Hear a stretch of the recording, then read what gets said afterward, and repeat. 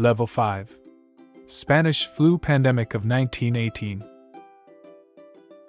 The deadliest virus in modern history, perhaps of all time, was the 1918 Spanish flu. It killed about 20 to 50 million people worldwide, perhaps more. The total death toll is unknown because medical records were not kept in many areas. The pandemic hit during World War I and devastated military troops. In the United States, for instance, more servicemen were killed from the flu than from the war itself. The Spanish flu was fatal to a higher proportion of young adults than most flu viruses.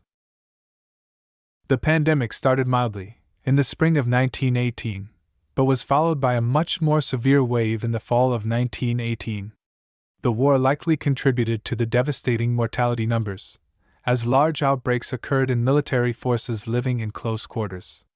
Poor nutrition and the unsanitary conditions of war camps had an effect. A third wave occurred in the winter and spring of 1919, and a fourth, smaller wave occurred in a few areas in spring 1920. Initial symptoms of the flu were typical: sore throat, headache, and fever. The flu often progressed rapidly to cause severe pneumonia, and sometimes hemorrhage in the lungs and mucous membranes. A characteristic feature of severe cases of the Spanish flu was heliotrope cyanosis, where the patient's face turned blue from lack of oxygen in the cells. Death usually followed within hours or days.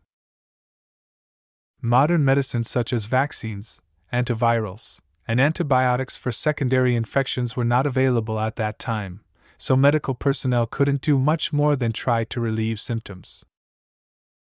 The flu ended when it had infected enough people that those who were susceptible had either died or developed immunity.